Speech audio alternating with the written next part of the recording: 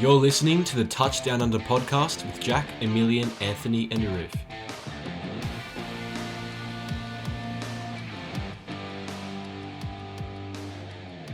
Hello, everybody, and welcome back to the Touchdown Under podcast. This is episode 23. I'm Jack, your host, and as always, I'm joined by Emilien. Hey, how's it going? And Anthony. Good to be back. Now, Ruth could not join us today once again, but we have very good news in that he will be back on the podcast next week. And with him will come his segment again, Ruth's Rising Rookies. But for this week, it'll just be us three once again. And boys, heading into week 8 of the NFL season, I think we can agree that this week's games were definitely more kind of gripping and entertaining than what we saw last week. Yeah. Because we did make a point last week that we kind of thought that week 6 was one of the more, well, probably one of the most underwhelming weeks we've seen so far this season. But this past week definitely did deliver in terms of close games, close finishes, especially on Monday morning. Boys, do you agree? Yeah, definitely. Absolutely. It didn't start very well with that Eagles-Giants game. I don't know, I thought the the Giants definitely had a win there. They were probably very unlucky to lose that game by 1 point. Yeah, but even when you think about it, it was still an entertaining finish for the Eagles to drive all the way downfield and especially Carson Wentz's game-winning touchdown. That was beautiful. Just in the perfect spot for the catch, and honestly, it was an entertaining finish to a rather mediocre game, but overall, great week. Wentz has had his struggles certainly this year, and with a banged-up offensive line, but for him to deliver in the dying stages there was huge for the Eagles in terms of the NFC East race. Yeah, but yeah, it was a close game, and there were a bunch of other one-score games on Monday morning that we all watched, and it definitely was, I think, a good bounce-back week in terms of entertaining games. Now, in terms of news coming out of the league this past week, obviously the Cowboys are once again a massive talking point. Andy Dalton got injured. He got concussed against the Washington football team in their big loss. And undrafted rookie Ben DiNucci had to come in and play out the rest of that game relatively unsuccessfully. And the Dallas Cowboys are now looking, in a pretty bad spot. Yeah, absolutely. It's a real shame because they started out the season. Obviously, they didn't have the record to show for it, but their offense was playing lights out. Dak Prescott was leading the league in passing yards, all that. Their defense had a few injury problems that really cost them. They were one of the worst defenses in the league. But now their offense has suffered severely as well. So you look at that, you've got probably one of the worst teams in the league right now. And I just wonder how they're going to continue the season. Obviously, Andy Dalton will be back, but how much is this going to impact the Cowboys' success? I think it's a point worth bringing up. I know, obviously, all these sports fans with the AFL and NRL, whenever there's a big hit in a game, like we saw in that game, the Washington-Dallas game, John Bostic hit on Andy Dalton, that effectively took him out of the game and concussed. We're used to seeing there being some kind of repercussion in terms of suspension, but the NFL, they usually just, fine players. Do you reckon in that situation where you've clearly taken a quarterback out of the game, do you reckon the NFL should stand up and now potentially look at bringing some kind of suspension system, or no? Yeah, absolutely. If the defensive player is quite obviously targeting to injure the quarterback, especially Andy Dalton, who's the backup already, it's obvious, it's a dirty tactic, and it's definitely worth suspension. Yeah, well, I don't know about him deliberately going into injure him, but it was very reckless nevertheless. Yeah, I think we may see some kind of fine. I'm not sure about suspension, but that loss does now put the Cowboys third in that division. They are at 2-5 behind both Washington and the Eagles. Now, obviously we've talked about just how inept that division really is in comparison to the rest of the divisions in the league, and the Philadelphia Eagles lead the NFC East at 2-4-1 after that close win against the Giants. So, other news: Odell Beckham Jr. is out for the season after suffering a significant knee injury against the Cincinnati Bengals. It's a huge blow for the Browns, as OBJ did have kind of in terms of this season, a breakout game against the Cowboys a few weeks back, and now he's gone for the season. Boys, in terms of replacements, what do you think will happen at wide receiver for the Browns? Well, I mean, I'm not sure 100% obviously, but I feel like the timing between the Saints releasing that they're willing to put, Michael Thomas up for trade potentially, and the time of injury, it raises questions. Do you reckon that Michael Thomas could be wearing a Browns uniform come the next couple of weeks? I think it's a definite possibility when you consider, like, the Browns are fortunate that OBJ's injury comes before the trade deadline rather than after it, because they've got a winning record right now. They're looking to go into the playoffs right now, so they're going to do everything they can to make their team competitive, and that includes replacing OBJ with a new wide receiver one. Michael Thomas having struggles, locker room troubles with the Saints, so we could definitely see the Browns make a push for him. Yeah. I don't know if it'll happen though. I guess we'll have to wait and see, but I definitely expect the Browns to make a move before the trade deadline. I think whilst any injury is obviously not good news for any team, it could like, obviously you wouldn't be able to get Michael Thomas in that Browns team with Odell Beckham being healthy, right? But the injury could potentially, that could bring up possibly that he does make the move to Cleveland. It's a real possibility at the moment. Yeah. Personally, I think there's no chance in the world that happens. We saw in the preseason that Drew Brees had a few issues in terms of comments he made. There was no moves made with Drew Brees.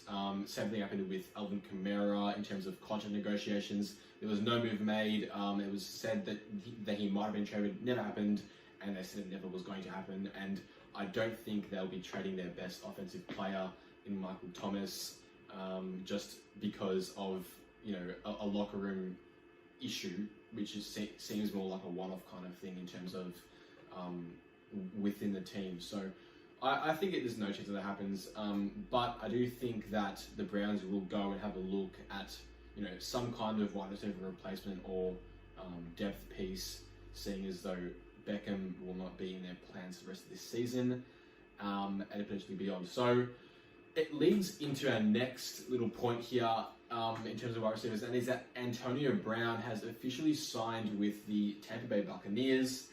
Now, his league-imposed suspension finishes after week 8, and so it's really perfect time for the Buccaneers, who are now completely stacked on offense.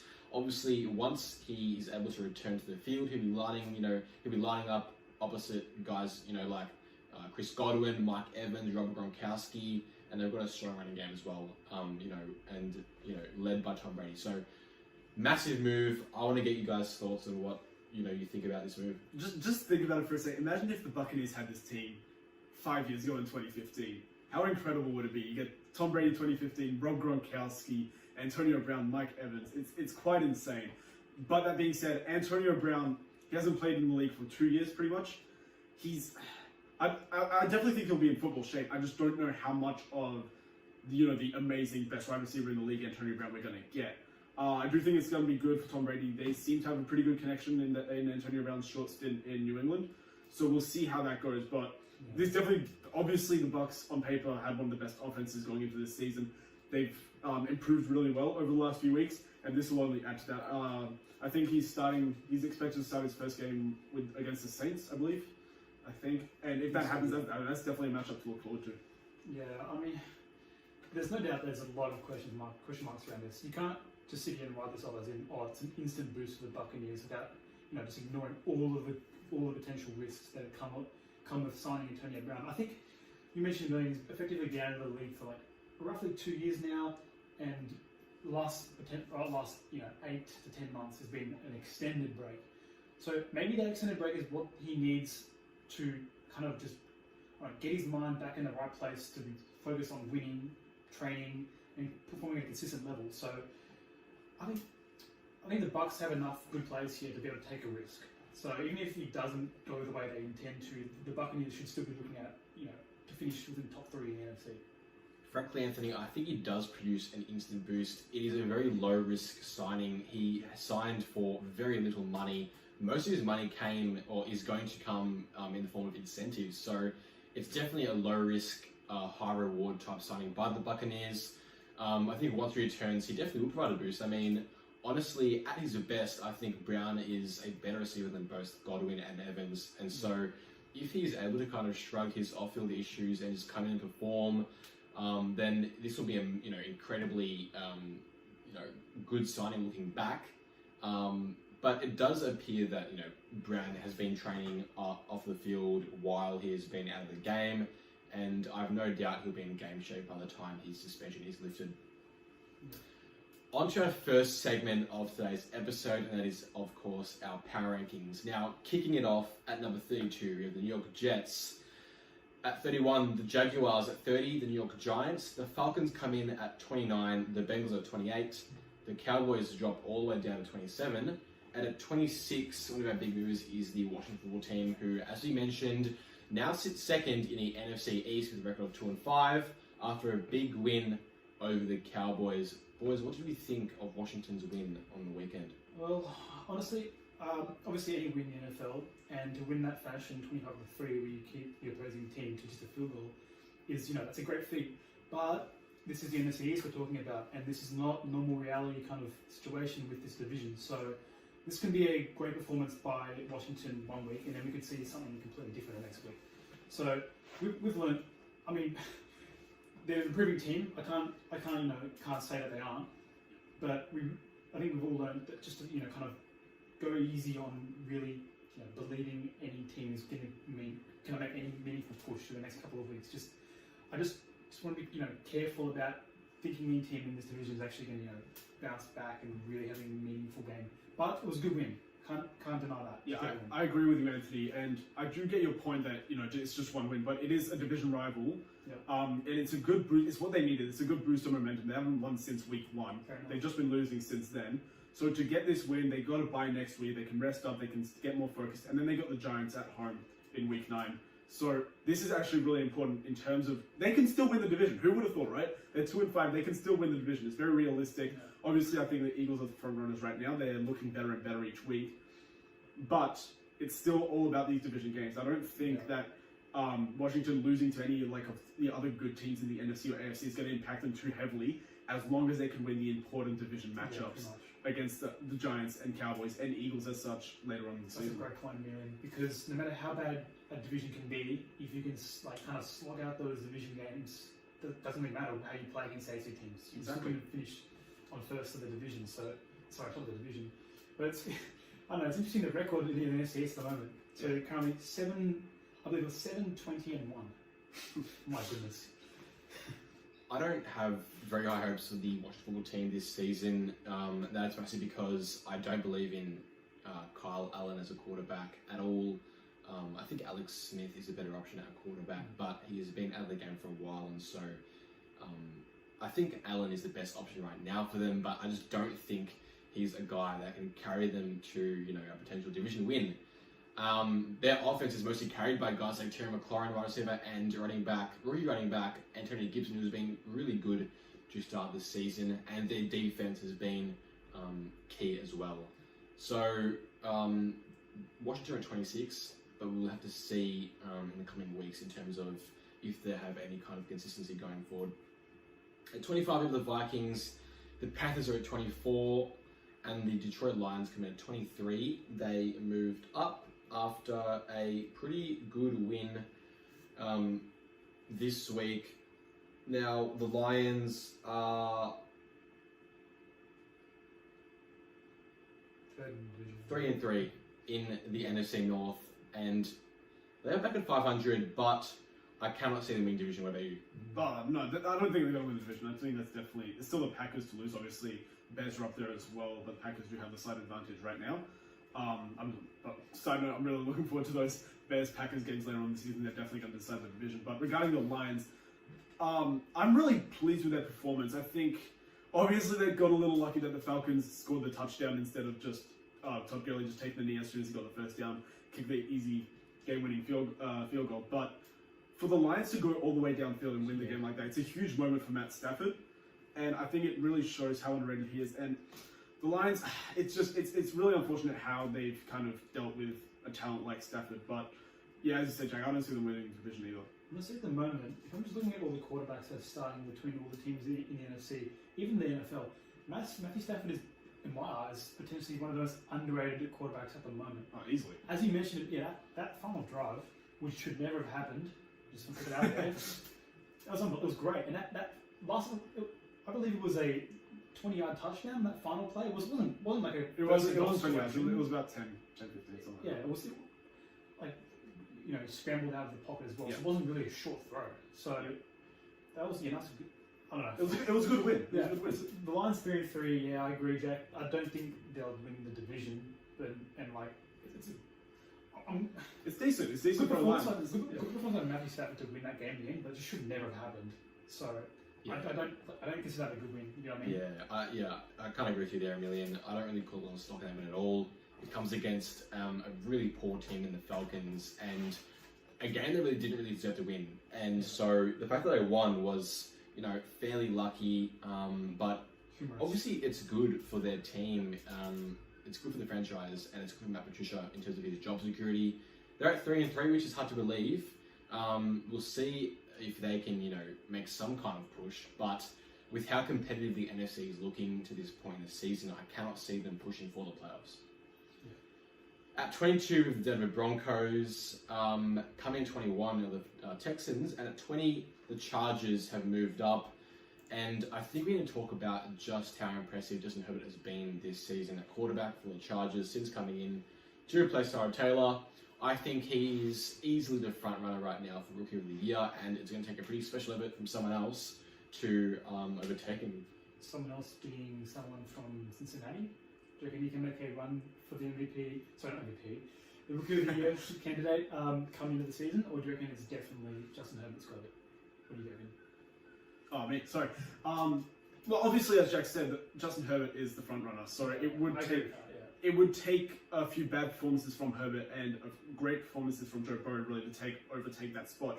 But then you can't deny that there are some really great rookie running backs also in the mix there. So if Justin Herbert does drop off and these rookie running backs sort of lift their game a bit, they could also be in the running. There's a lot of talent offensively in rookies this year. So Justin Herbert is a front runner, but I wouldn't be surprised if it's someone else by the end of the season, if you get what I mean. Next couple of games, you've got, for the Chargers, you've got the Broncos, Raiders, Dolphins, Jets. That's not, I feel like it's got potential to really, carve up those defenses. So I reckon, like a bit of prediction midway through the season, I reckon, he is probably the front runner. I can't argue with that. Yeah, I agree with that point, Anthony. I think these next few opponents of Herbert are going to be really good opportunities for him to really just keep playing at a really high standard and keep proving, his dad is wrong, because he was, kind of circled as one of those quarterback busts of this 2020 draft. So, I don't think that anyone will overtake him at this point. I think he's just playing too well. He's not showing any signs of slowing down either. And so I think he's really improved that Chargers offense. I think he's made that Chargers offense better than what it would have been under Tyrod Taylor. He's found guys, like Keenan Allen. He's found, obviously Mike Williams as well, but a guy like Jalen Guyton, who's just kind of come out of nowhere for the Chargers. He's going to find a lot of different guys, and I think it's just really impressive from him. And I think he will be the Rookie of the Year. Now, at number 19 on the rankings, you have the Miami Dolphins, and at 18, the Philadelphia Eagles, and at 17, the New England Patriots, who have dropped after their, really poor loss against the San Francisco 49ers I believe it was Bill Belichick's worst loss as coach of the Patriots, which just goes to show how far they have fallen from grace. And it appears that since Cam Newton has returned from his COVID-related absence, he has played, really poorly, and it's affected the team with 2 losses against, Denver and the 49ers, who most people thought they would have beat. Yeah, it's just weird to see. Honestly, for the Patriots to only put up 6 points in a game at home as well, it's so different. But Cam Newton definitely needs to step up and start playing like he did in the first 3 weeks of the season.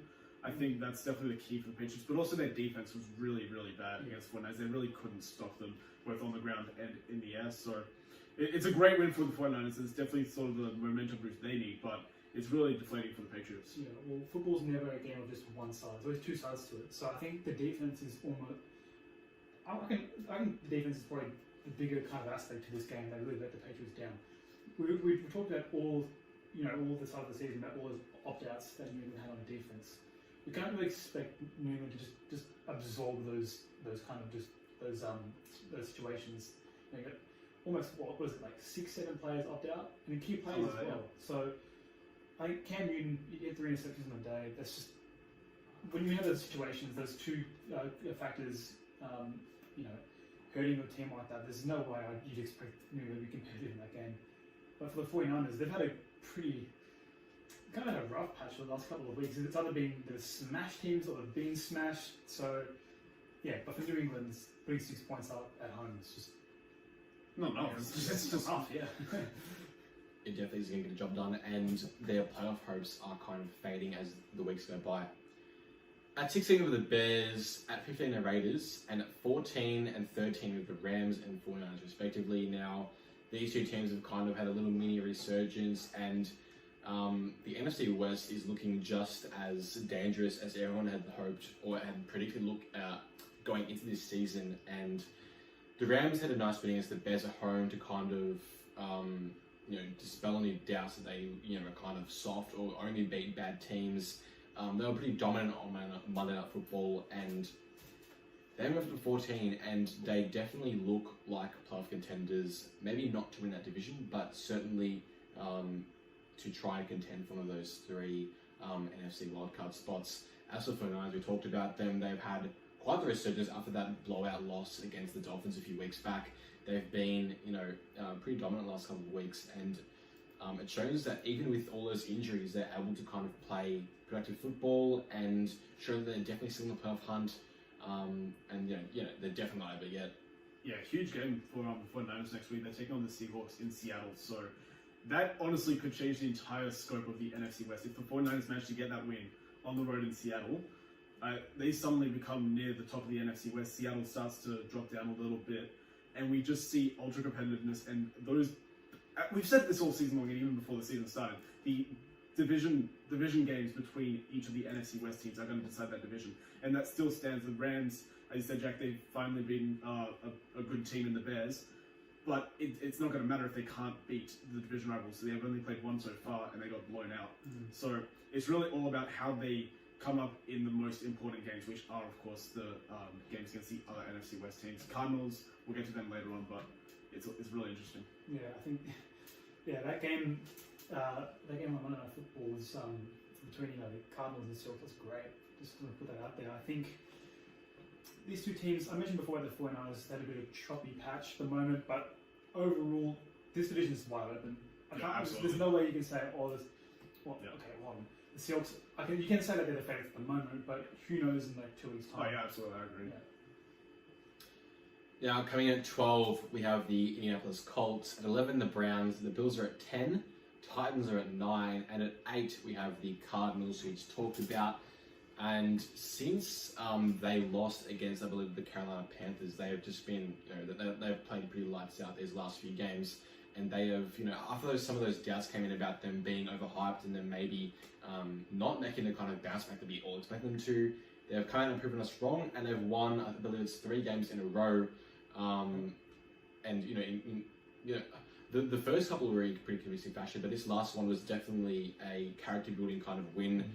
They were down 10 pretty late on in the 4th and managed to come back and beat the Seahawks, who up to this point were probably one of the best teams, if not the best team in the NFC. So, great win for them, and they moved up into the top 10.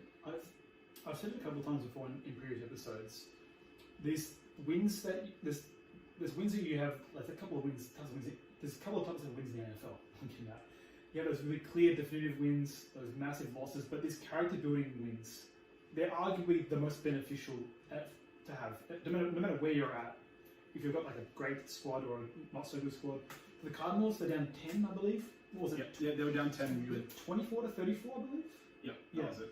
That most teams would be like, most fans would be stressing out. Well, yeah, Cardinals fans were stressing out, but like for them to come back and for the defense to hold during overtime is probably the part that I look at this game and I see that and it brings a smile to my face. That's what was great about this game. The Cardinals, their defense has been quite suspect all season long, and for them to stop Russell Wilson twice in overtime, one of which is a massive pick around halfway through the field when the Seahawks only needed a field goal. That is absolutely incredible. And it's funny you mention these sort of like different wins when a few weeks ago they played the Jets, destroyed them, convincing win. week after they played the Cowboys, destroyed them. That really helped them get some momentum and confidence going into this game against Seattle.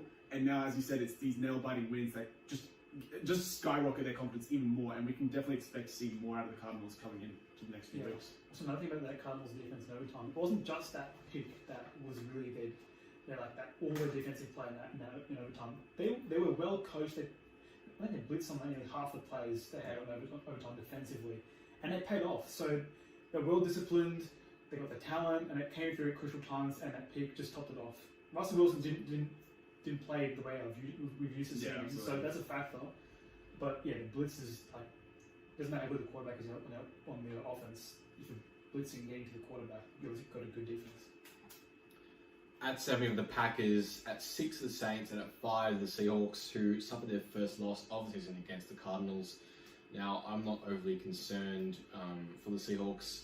Obviously, it's not, it's definitely kind of where you want to lose a game, up 10 late on, and I think it's a testament to, I guess, how porous their defense can be at times, and obviously their offense is one of the best, if not the best in football, but their defense is what has the potential to let them down if they are to kind of, falter late on in the season. Yeah, it's exactly what you're saying. It's the defense has definitely been the Achilles heel for this team, and Russell Wilson has been able to, get the team out of difficult situations over the past 5 weeks. And this is just one of those cases where he just couldn't. It was really uncharacteristic because the Seahawks had the best red zone offense going into this game, and Russell Wilson just couldn't get it done. He threw 3 picks. One of which, his one where he was trying to get DK Metcalf, he really just forced the ball, and it was a really bad interception. Luckily, he was able to bounce back. He had a really up and down game. He made some incredible plays at one time, and he made some boneheaded decisions the other. So I'm not worried. I'm not worried about the Seahawks either, Jack. But these are the games the Seahawks definitely need to win. Going against the 49ers next week, they'll have the Rams later on, and obviously they've got they've got the Cardinals in a few weeks on Thursday Night Football. So that one's going to be another intense battle. For me, sometimes it's like I find it funny how competitive the NFL is sometimes. I just think you come to the playoffs, no matter the Seahawks team is 5-0 coming to this game, for goodness sake. And then I know the defense is. I agree with you, Jack. It can let them down come playoff time, and obviously playoffs are really close games. So one play on defense that could be could cause opposition team to have a touchdown late in the game in the playoffs. And the whole 5-0 at the week 6 mark of the season. They'll be forgotten, you know what I mean? Yeah.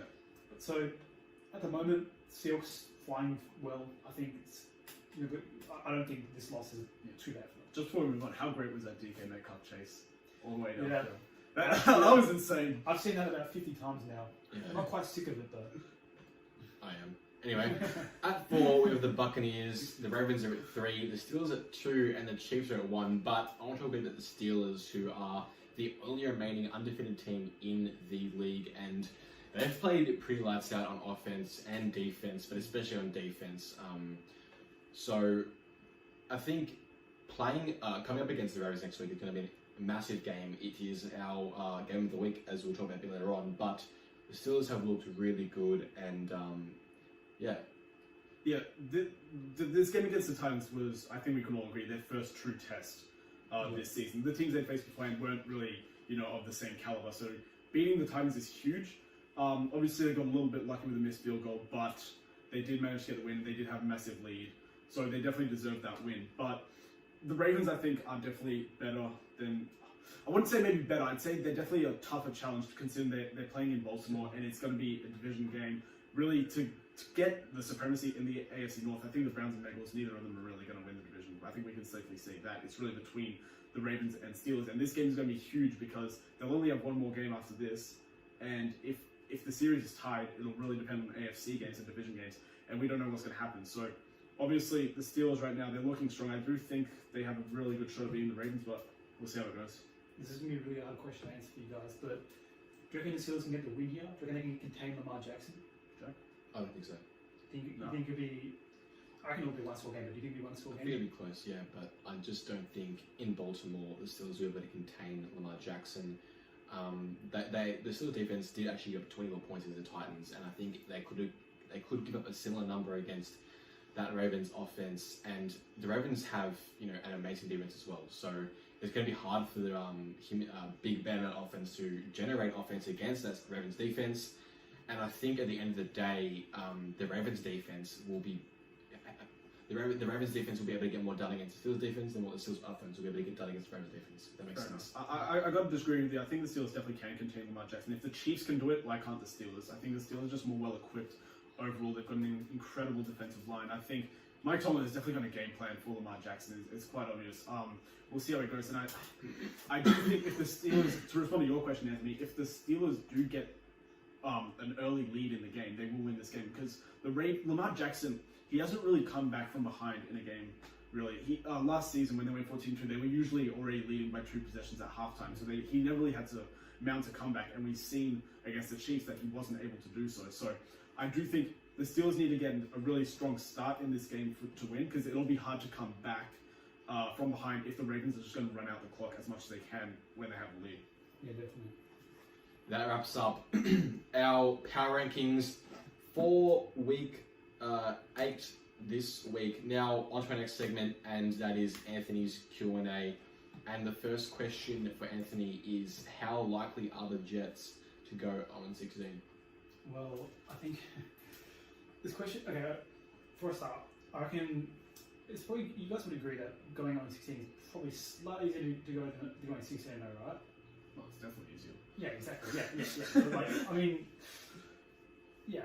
but I think, but to say definitively that the team will go 0-16, it's kind of hard to say. Like, especially the NFL, like even the worst teams can put up close games, like against, you never know, like the Jets can come up against the Browns later in the year, and assuming the Browns don't give us the same inconsistent performance the whole season, we could get to that matchup later in the year, and it could be 1-16, sorry 1-15.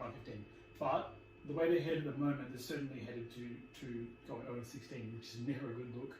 And I know this is kind of unrelated to this question, but I kind of is related. I think the coaching is that's the only factor for why they are 0-16 at the moment, heading towards 0-16 at the moment. Yeah. I think so how likely do you think it's more likely that they go winless, or do you think it's more likely that they actually win a game? I think more likely to win a game. Okay. I think if you look at this, just taking the Jets out of the question, the moment the question is about the Jets. If you look at statistics over the course of like the whole NFL's history, a team going 0-16 would be pretty rare. Yeah. So just based off that, I feel like I want to say no. You know what I mean? So it's not likely. It's not likely. Just to add my little input here, I do think this team is relatively on the same level as the 2017 Browns and the 2008 Lions. Sam Darnold really is the only playmaker on that team right now, and I just don't see. Yeah. Obviously, the Jets, they do benefit of facing the NFC East, so they do have a shot there. But I just no. Yeah, I do think it's very likely that they go 0-16. I don't see them winning many games. The thing for me is like also that Browns team back in 2017 had that chance to nearly beat the Steelers back in last game of the season, and I can't remember exactly that whole season for the Browns in 2017, but I bet you there were some games that were very winnable. Yeah, absolutely. So the Jets are in a good space, no doubt about it, but I still don't think they'll go 16. Alrighty, Anthony. So we were talking about the Steelers before. Here's the next question: are they an overrated 6-0 team?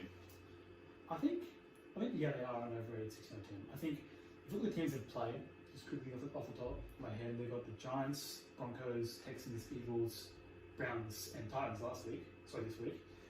Most of those games, they're not playing teams that have really solid.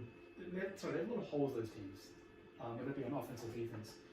So I think unless they beat the Ravens, doesn't matter how much they beat the Ravens by. If they beat the Ravens, I think you can say a 7-0 team, they deserve it. But at the moment, I think they are probably a bit overrated. That's a pretty big thing to say, considering they are 6-0. I think just to be 6-0, it's hard to be overrated. To win 6 games, consecutively, and you can only play the teams who are on your schedule, and they have played some decent teams. I think the Browns are a decent team. The Titans are a more than decent team. Yeah. The Eagles have the potential to be a decent team, and they're not a good team at the moment, though. Definitely not. So they have the potential to be a decent team, and I think they'll win a division. but they're definitely not a pushover. Like I wouldn't call the Eagles a pushover team at all. Very quickly, like phrasing the question, it's not saying the question wasn't are they an overrated team? Are they an overrated 6-0 team? Look, So I agree with the difference there. I agree with Jack that you can only they're 6-0. It's a good feat, but I think if you have like a casual person looking at them, they're saying, "Oh, this team's 6-0. They must be the best team in the league." That's where I could probably say they're a bit overrated because they haven't matched up against elite teams like the Chiefs and Ravens. And this is the game where we'll see against the Ravens whether or not they're overrated. If they lose it, I think they'll be correctly rated. We'll say they're a great team, just not good enough to be the best in the AFC just yet. But if they win the Ravens, we can definitely safely say for sure they're a team to beat. They're on par with the Chiefs. I mean, I wouldn't call them a great team. But I think they're a very good team at this point. They're 6-0. I mean, I don't think you can be overrated and be 6-0. Like it's maybe like 4-0 or maybe even 5-0. But 6-0, like you won 6 straight games. You haven't lost yet. I'm really concerned who you've played. You've played good teams along the way. To not have any major slip-ups and to not lose just one game in 6 whole weeks, it's quite an achievement, and I don't think you can call any 6-0 team overrated. I mean, they're a good team as well, and you think that, oh, okay, you make the point that the question is, are they an overrated 6-0 team? There aren't any other 6-0 teams, so it's hard to be overrated. Well, okay, quick question before we, quick statement before we move to the next question. At our power rankings, we have the Chiefs at 1 and the Steelers at 2. The Chiefs don't have that 6-0 record that the Steelers do. So, like you say, there are no other 6-0 teams in the NFL, so you can't really say that they're overrated. But the fact that the Chiefs they were lost on their record, and they're still better than the Steelers team in our opinions. I think that kind of shows how the Steelers aren't quite the best team in the league, and considering they haven't lost yet, and they're the only team that haven't lost yet, they have to be slightly I think overrated. the Chiefs are above them because they're the reigning Super Bowl champs, and they've proven that they can, win time after time. They did. No, they're not 6-0, but I think that's not really the reason they're at 1. They're at 1. They're at 1 because they're the Super Bowl champions of last season, and they've made additions like Le'Veon Bell, who are going to, continue to push them back to the point where they can challenge once again for a Super Bowl. I don't think they're at 1 because they're at 5-1. They're at 1 because they won a Super Bowl last year, And they beat the Ravens. That's also a big reason. Yeah, they destroyed the Ravens in Baltimore. That's a big reason. But just because they're above the Steelers doesn't make the Steelers overrated. Like, they're 6-0. Like, it's hard to call them an overrated team. But this is Anthony's Q&A, and Anthony's answering the questions, so I accept his answer. And on to the third and final question of Anthony's Q&A, which is, can the Patriots turn their season around? Well, I mean, it's going to be difficult. I think, obviously, the last game we saw against the 49ers, it was basically collapsed on defense and offense. Cam Newton threw 3 interceptions, and the defense just couldn't stop the run. But I think if you look forward at their schedule, I think, I don't know, they have some tough games coming up against, the Cardinals, got the Ravens, but they do have the Jets and Texans within the next month.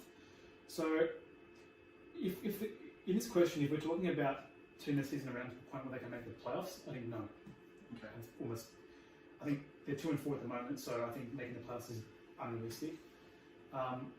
It could happen. Just I don't see it happening. Just real quick, you mentioned their upcoming schedule and who they've got. They've got the Bills next week. I think that's a huge. That's a huge matchup. Who gets to win? Do the Patriots come into Buffalo and get the win against their division rivals and favourites to win the division? I think Bills get the win there. Bills get the win. Yeah, fair enough. I agree with you. I think it's an interesting point. Just because I think it's hard to turn a season around now, unless you see a noticeable improvement from Newton and the offense. It's going to be pretty hard, and obviously the Bills will be a pretty tough opponent, especially in Buffalo. But they have had their own kind of issues recently. The Bills, they they won this past week, but before that, they lost their last 2, and just last week they couldn't score any offensive touchdowns against the Jets. So I think they have their own issues, but we will see. Because honestly, while I'll be picking the Bills, I think this is the kind of game where Belichick might just pull out a coaching masterpiece and win. Because coming off his worst loss of his career, I think this has to be a statement game for the Patriots. And if they are to win against the Bills in Buffalo next week, I'm not ruling out the Patriots, especially with Belichick. Yeah, absolutely. That game's a toss-up. I do think the Bills are going to win, but absolutely, as you said, I think Belichick is the key here. I think he's definitely going to... He's obviously going to do something to motivate this team to perform better. But the Bills also are going to definitely be looking to bounce back. They've also got a great head coach in Sean McDermott. So very interesting battle. I think this game ultimately decides where these teams go for the next few weeks. Definitely. Well, Who do you think starts for the Patriots? what? Starts at quarterback after Ewan got benched. Because Stidham wasn't great either. Yeah, I think don't have a lot of great options. Yeah, I think Kevin will probably start this game. Yeah. And if it goes bad again, they'll just switch it around. That's how offenses usually work these days. But this was my question. So the official answer. Whilst I do acknowledge that Jack and Miller make good points, I do think that they cannot turn the season around. That's just my answer though. Alright, fair enough. That concludes Anthony's Q&A for week 8. On to Naughty Madness, and last week we once again could not get the dub. Thanks to the Patriots. Thanks to the Patriots, which was unfortunate, but we are going to go again this week, and kicking off our 5-leg multi this week is the Tennessee Titans, who we think will beat Cincinnati at Paul Brown Stadium. Yep. Like that one? Fair safe. I can't think of a single point that would prove this game to be at all, Unless the Bengals can miraculously stop the run game this week, I don't see that. That's what happened. I think, I forecast like a bounce back game with Tennessee. I mean, that would have been pretty dirty. They couldn't get that field goal and they pushed it overtime against the Steelers. So, yeah, I think they are in a pretty good spot here. Leg 2 is Green Bay to beat Minnesota at Lambeau Field. Green Bay crushed the Vikings in their first meeting in week 1. Do we see a similar result in a second matchup? Yep, I don't see why not. Aaron Rodgers is definitely going to play pretty pissed after his game against the Buccaneers, so he's definitely going to look to bounce back here. And he did so against the Texans. So he's just going to continue riding off on that momentum. And honestly, the Vikings defense is just so small. They just lost Yannick Ngakoue. So how are the Vikings going to win here? Like us with the Buccaneers, sorry Anthony, like us with the Buccaneers, it's going to take a really tough defense to stop Rodgers most weeks, and I don't think the Vikings have the type of defense that can stop him. Exactly. So another point about this game, I do believe it was noted that Harrison Smith did unfollow the Vikings on all social media. So I think the Vikings are looking like the Cleveland Browns of 2017 at this point. Not bad. That's a big call. Not bad. Okay, not quite that bad, but Sounded the like alarm a bells. Vikings fan. The alarm bells are ringing in Minnesota, and Yeah. considering where they were last year, that's the point I want to bring. Absolutely. They are one of the worst teams in the league right now, and this game is not going to help them. Can't wait for Cowboys Vikings. Our third leg is the LA Chargers to beat Denver at Mile High. Now, Denver, even after the return of Drew Lock, have looked pretty poor. And I did want to make this point. I do not think, based on what I've seen, that Drew Lock is a franchise quarterback. We talked about at the start of the season. Yeah.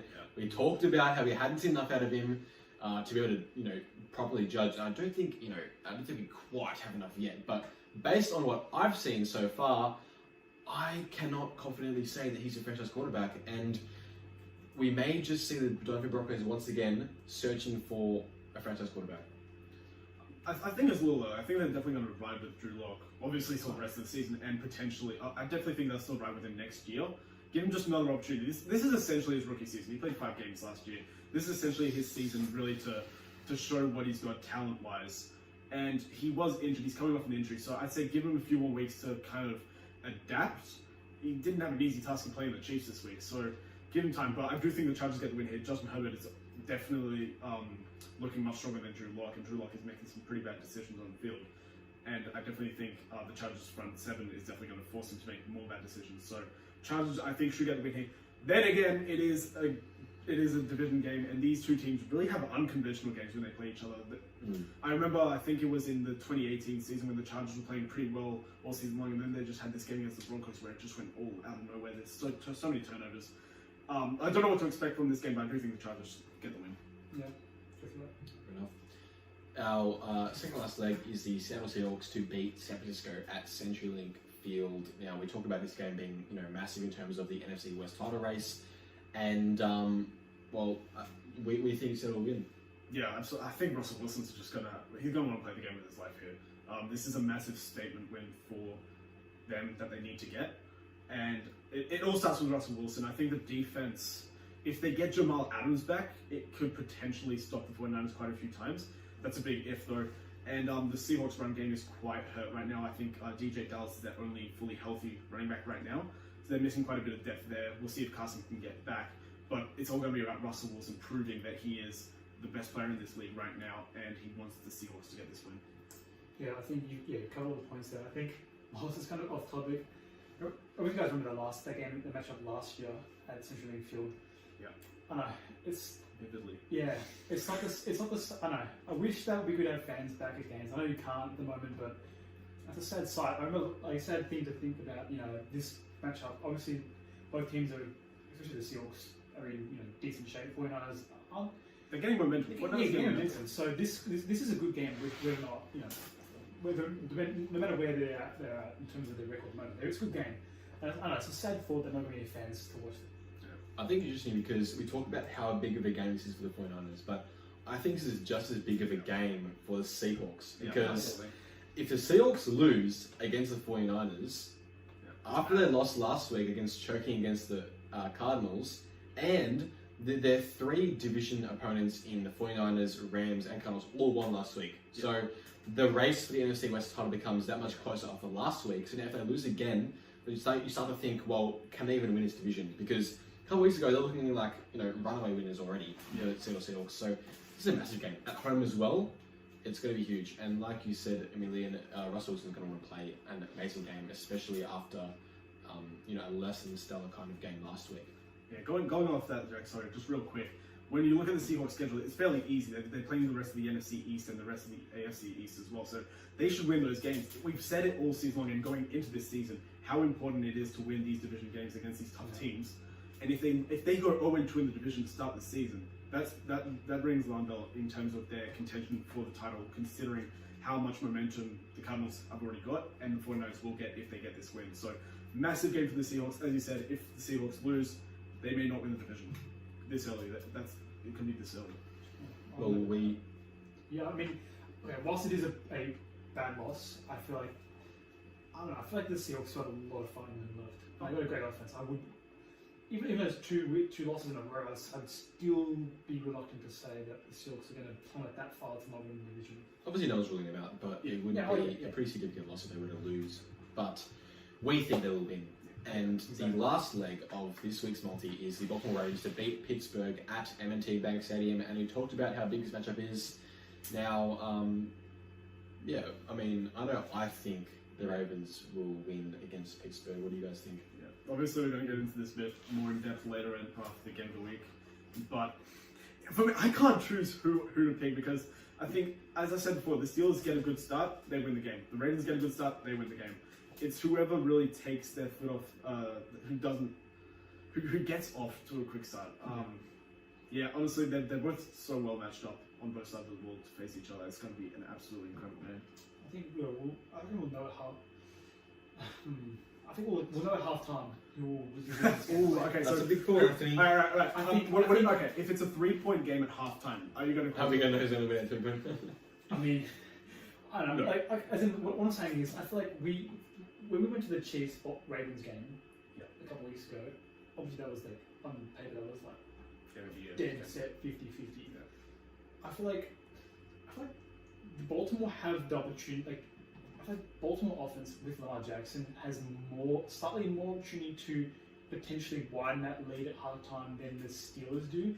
I think that'll be hard to contain. So I feel like I don't know. It's just a bit of a wild prediction. I feel like not wild prediction. I feel like the Ravens can get a 10-point lead at halftime, and by that stage, they look like they win. Fair enough. We'll see. That is our multi for week 8. Emilien's team to watch is our next segment. Emilien, all yours. Thanks, Jack. Okay, so last week I picked the Texans as my team to watch. I didn't expect them to win. I did expect them to put up a fight, though. We didn't get it. So, unfortunate for them, they're still the bottom of the AFC South. They're just one of the worst teams in the league right now. They definitely need a lot of change in their team, and I think it starts with the defense. That defense really needs to step up and become a solid unit in order for Deshaun Watson and the rest of the team to succeed. On to this week's team to watch. I've got the Detroit Lions. I think they've got quite a bit of momentum right now. They haven't lost since week 4. So, as I said before, I think it was a good win for the Lions just because they won. I don't think they necessarily deserved it. The Falcons definitely should have won that. But the fact that the Lions did win it just gives them a lot of momentum and really makes the team believe that they can win games like this, really close games when it matters. Obviously, with the Bears game, it was quite crushing for them to lose it, and I think that hurt them for a few weeks. But now that they've got the momentum, they can definitely build something off this. Matt Stafford, as we said before, he came up big on that final drive against Falcons, and just that final play, he showed a lot of poise and calm under pressure. He moved around in the pocket, just waited to find his open target despite it being the very last play of the game. He didn't force anything, and that shows a lot of good signs for the rest of the season with him. They're playing the Colts this week at home, and the Colts have looked pretty shaky the last few weeks. They barely beat the Bengals. They had to form quite a big comeback to win that game. And Phillip Rivers, obviously, really not too impressed by him so far this season. That offense really is bringing the team down. I think we could all agree on that. I think it's going to be a great battle at Ford Field. I do think, I can't call a winner, but I wouldn't be surprised if the Lions won, but I do think the Colts are the favourites, if you get what I mean. Yeah, I mean, yeah. All right, amazing game to watch. Look forward to it. Now, our second last segment of today's episode is Teddy's Game of the Week, and as you mentioned, it is Baltimore versus Pittsburgh. Now, as we usually do, we're going to go through 4 aspects of this game: who we think is better, offense, defense, coaching, and momentum. And to kick it off with offense. You got it. So, obviously, the Steelers are 6-0, and for the most part, there's been a lot of, obviously, the defense has been, I'd say defense has probably been the main factor, but they've been 6-0. Yeah. But their offense is clicking at the moment, and that has all been from that, quarterback to wide receiver game that they've got. Got Big Ben there. You got players like, Juju Smith-Schuster, Chase Claypool's really come big in the last couple of weeks. Yeah. James Washington, and there's a whole bunch of other players that have been really good in crucial times. So I think just that I feel like Big Ben and his connection to his receiver at the moment is probably. I think they have a better offense in terms of that. So you're talking chemistry-wise? Chemistry-wise, yeah, chemistry-wise, exactly. Interesting. Yeah. I think obviously Lamar Jackson provides an X factor, but we've seen in big games, especially in the playoffs, that they kind of just collapses at times. So I feel like they can't really rely on that for big games. So I just feel like the chemistry, is just more important in this matchup. That's why they still have a better offense. Interesting. Not many people would agree with you, but that's what's great about the NFL right now. So for right now, I've got better defense. So if we're looking at stats, the Ravens have given up the least amount of points in the league, but the Steelers do have the better overall offense. They've got the best total defense, the second best running defense, and that matches up really well against the Ravens. I do think they'll be able to contain Lamar Jackson. Maybe not completely stop him, but at least slow him down and force him to make big throws in big moments. And that's where the Steelers' defense thrives. I think their front seven is really well equipped to handle Lamar Jackson, take him down a few times, force him to throw, much like the Chiefs did back in Week 3. And I think that, obviously, great credit to the Ravens' defense. Great unit. I just don't think they're on the level of the Steelers right now. Fair enough. I have better coaching, and I think Pittsburgh are the better coached team out of the two. I like Mike Tomlin a lot as head coach, especially defensively. Him and Keith Butler did an outstanding job with that Steelers defense. They're one of the best units, if not the best unit in the league right now, especially that secondary with Minka Fitzpatrick, Joe Hayden, Terrell Edmonds. So they're really dangerous. I think they are the better coached team. Obviously, I think with Ben Roethlisberger, he is obviously aging, and I think that coaching staff has done a good job in making sure he's still comfortable in that Steelers offense, even as he ages and even with his injury history. So I think they are the better coach team. However, obviously the Ravens have really good at coaching stuff as well. Definitely. So I got momentum for the last one, and I'm going to go with obviously the Steelers just because they're 6-0. The Ravens are tracking at 5-1 at the moment, and that's still a great record as well. But I think coming off that, they just won last week, the Steelers, and they've beaten many 6-0, so they're on a roll. And if they can get this win here, as I said before, I kind of building off on that question in my segment about are they underrated 6-0 team? They definitely won't be an underrated 7-0 team if they beat the Ravens. So I think they have the momentum just because they got that 0 next to that 6. Now, I think the Ravens win this one 27-24. What are you guys' predictions? I do agree it'll be a very close game. I think that it's going to come down to the wire. It's going to be a 4-point game, 2-minute drill. The Ravens will have the ball. The Steelers will be up by 4 points. The Steelers defense will come up big in big moments. Lamar Jackson will not be able to get it done on that final drive. The Steelers win 34-30. Very specific. Yes, I see it happening. Every time we've gone for like a prediction that's over 30 points, it never happens. So I'm just going to stay safe and go 24-21, Pittsburgh. Okay. Interesting. Now, last segment is mine indeed. It is Jack's overreaction. Boys? Alrighty, we've got 6 statements for you, Jack. Here's the first one. The Buccaneers are the best team in the league now that they have Antonio Brown. That's an overreaction, Emilien. I still think the Chiefs are the best team in the league and will be until they're proven otherwise in the playoffs. So that's an overreaction. But I do like the Antonio Brown signing, and I think it would boost their offense even more. Yeah. So, my first statement. The Cowboys will have a top 5 pick in the draft next year. Yeah, that's a tough one. I think that's pretty real at this point in time. If Dalton is out for a significant amount of time and they don't sign a quarterback in the meantime, I feel like they are destined for a pretty high draft pick, and yeah, I wouldn't be ruling out top 5 at all. Yeah, absolutely agree. Alright, my second statement for you. The Bengals are unfortunate to only have 1 win. Yeah, that's real. They've come close in a number of contests, obviously in week 1 against the Chargers and most recently against the Browns last week. They have shown definite signs of improvement from last season, and they are relatively unfortunate to only have 1 win. Alright, so next statement. The Falcons are better than a team that is 1-5. They should be better than 1-5. It's no overreaction, Anthony.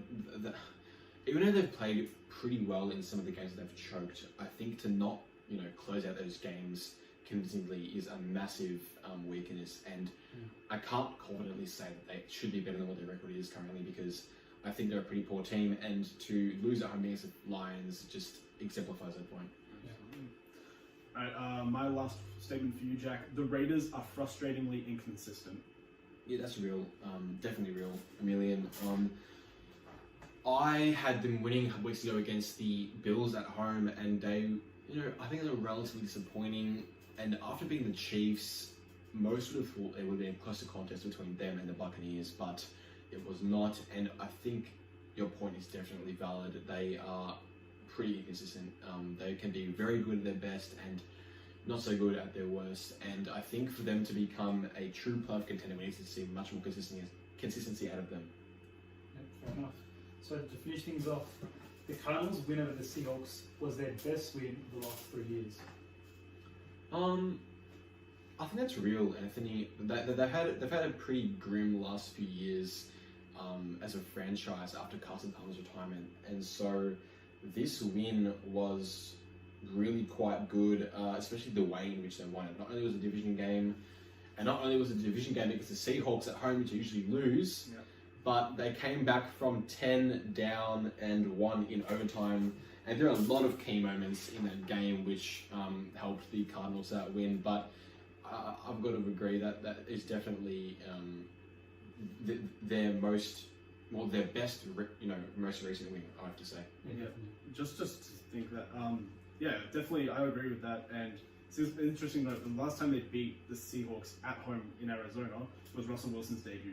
That's how long it's been. These teams play each other once at each of their homes every season. His debut, really? That was, his very first game was the last time the Seahawks had lost in Arizona. So, great win for the Cardinals there. Absolutely.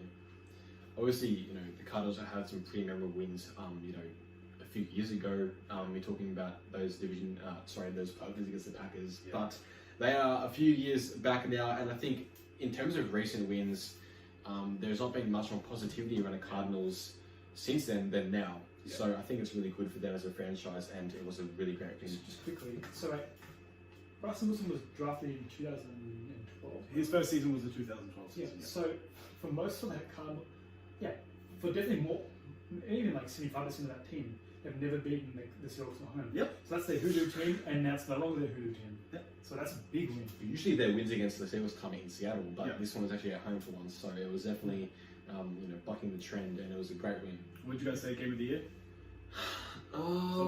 There have been a lot of contenders. Should we go through the games quickly? Yeah, I know. There was.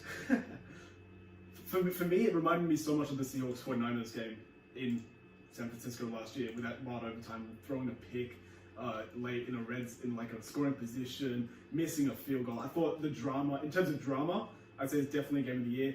In terms of sort of quality play, as I said before, you had your ups and downs. You had some really boneheaded decisions by both quarterbacks, and you had some great plays as well. So for me, it's game of the year so far. I'd put it also up there with the Seahawks and Patriots from week 2. That was also great. I'd also maybe put a few others in there. I'd say Chiefs Raiders was quite entertaining as well, honestly. Yeah, I think the most entertaining would have to be Cardinals Seahawks. Yeah, I agree with that.